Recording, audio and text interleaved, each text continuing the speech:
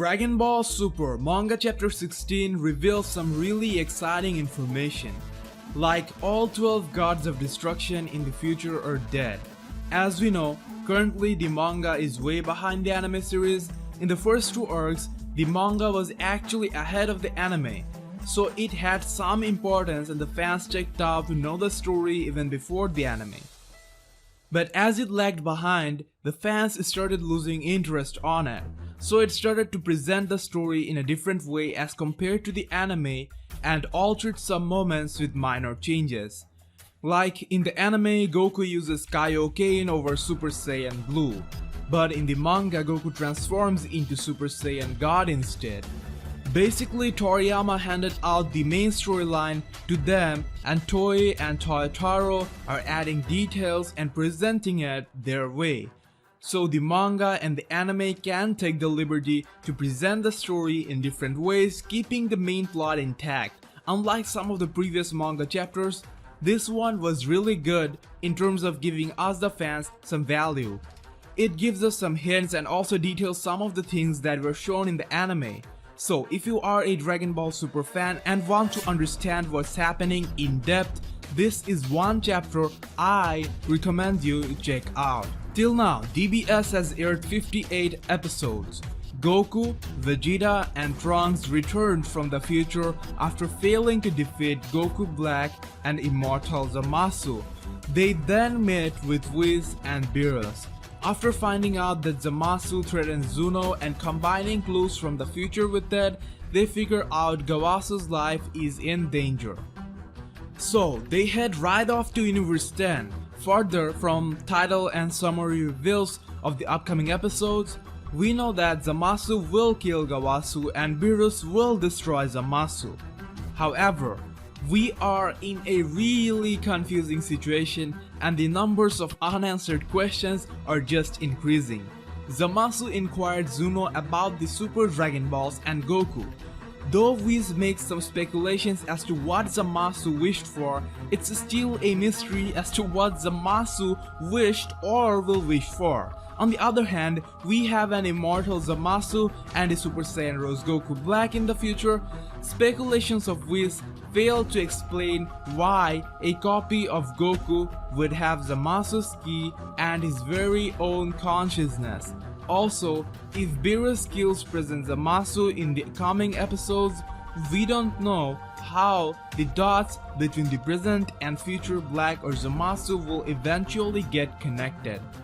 Dragon Ball Super has offered us the fans a very complicated and a hard to guess story. Using the clues in hand, we all are making our attempts at solving the riddle along with the characters themselves. Dragon Ball Super Manga Chapter 16 offers us some exclusive information. Previously, in Chapter 15, it was mentioned that the Future Kaioshin is dead. As a result, the future God of Destruction is also dead, because they are created in a pair and if one of them dies, the other must die too. This information was also mentioned in DBS episode 55, but Whis only explained the Supreme Kai-Beerus pair thingy and the death of future Supreme Kai weren't mentioned and will perhaps be covered in the coming episodes. But chapter 16 further continues this story as we get a more detailed version of the Trunks vs Dabura and Babidi fight.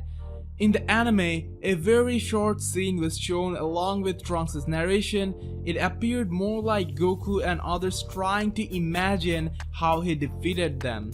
But this manga version gives us the entire fight and the story, which highlights the involvement of the Supreme and Kidbito Kai and their death in this process. So in short, Trunks defeats Dabura and Babidi with the help of the Kaioshins. However, he couldn't save Kibito or Supreme Kai.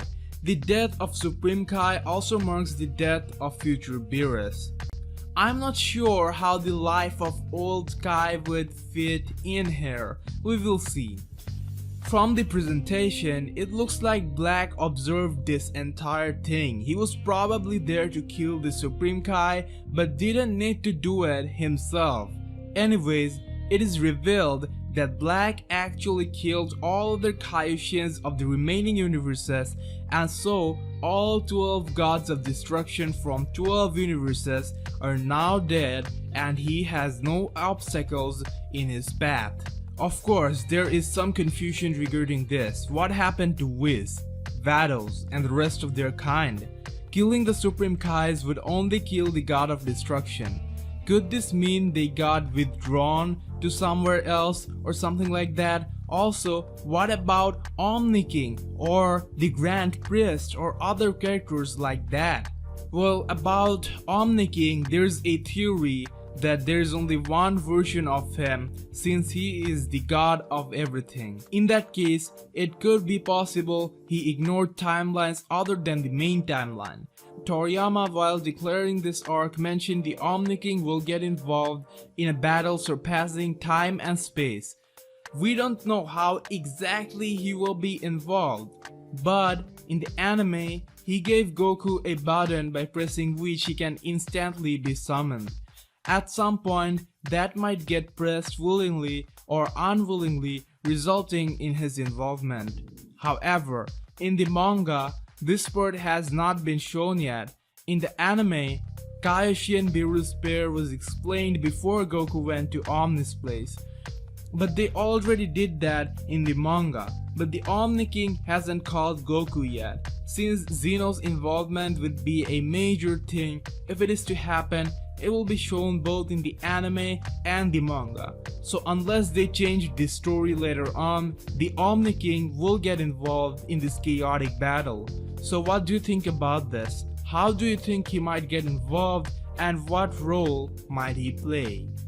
Anyways, back to Goku Black. From this chapter, it is confirmed his plan is to annihilate all mortals from all 12 universes. We don't know much about how he progressed.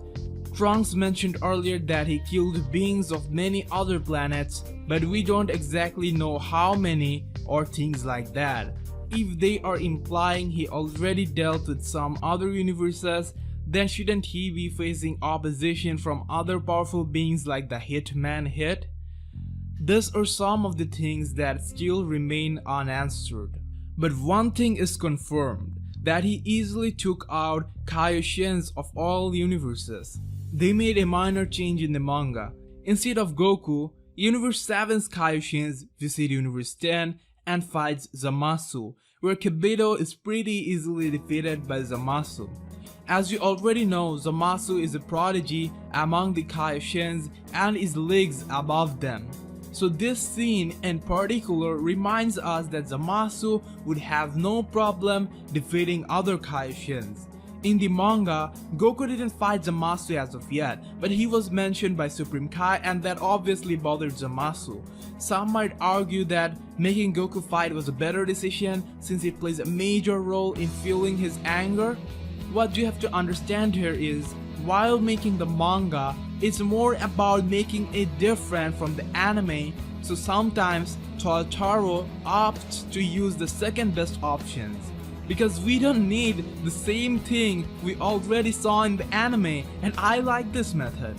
Besides, Goku will fight Zamasu in the future, and it also looks like he will fight him once after he kills Gowasu, even though Beerus would be the one to ultimately destroy him. So I'm quite okay with these changes, which I find rather refreshing. I also like the take on the time ring here. It almost felt like Gowasu is ready to verify if the mortals are worthy enough to protect or not by going 1000 years into the future. The way he worded it, it almost felt like he would accept Zamasu's philosophy if the mortals remained violent. I'm pretty sure if they showed it exactly like this in the anime, Gowasu Black theories would become much more popular. Whenever Zamasu says the mortals should be killed, Gowasu reminds him it is the job of the god of destruction. I wonder if this subconsciously affects his mind and he decides that the current god of destruction isn't doing their job, thus he eliminates them first. We don't exactly know how the gods are appointed. It was stated a long time ago that they are born from a tree. Do you think it's possible that Zamasu and Black are playing the roles, God of Creation and God of Destruction respectively? What if he wished from Super Shenron to make them gods of destruction and creation? Keep in mind that using the time ring, they could get multiple wishes. Zamasu believes he is a hero and wants to establish his own brand of justice, so taking the matters of creation and destruction in hand and running it his way could be the answer. Goku Black in general seems very powerful. On the other hand, Zamasu is immortal, so you can't kill Black by killing Zamasu. Also, why are they only carrying out this strategy in the future and not in the present timeline is another mystery. Overall, manga chapter 16 was very satisfactory. Even with character designs, I think there are some things the manga is doing better. For example, in the anime, whenever Trunks transforms into SSG 1 or 2, his face gets a weird shape, but that problem is not there in the manga. They got to sort this shit out. We got a problem in hand. Trunks SSG looks weird AF in the anime. There's something wrong with the shape of his face, lacks details, and we need to fix it immediately. So certainly there are some better sides in the manga. Overall, even though I prefer the anime, I think the manga is worth checking out. We also have a $20 Amazon gift card giveaway this week. All you have to do to participate is be a subscriber and leave a comment down below. See you in the next video.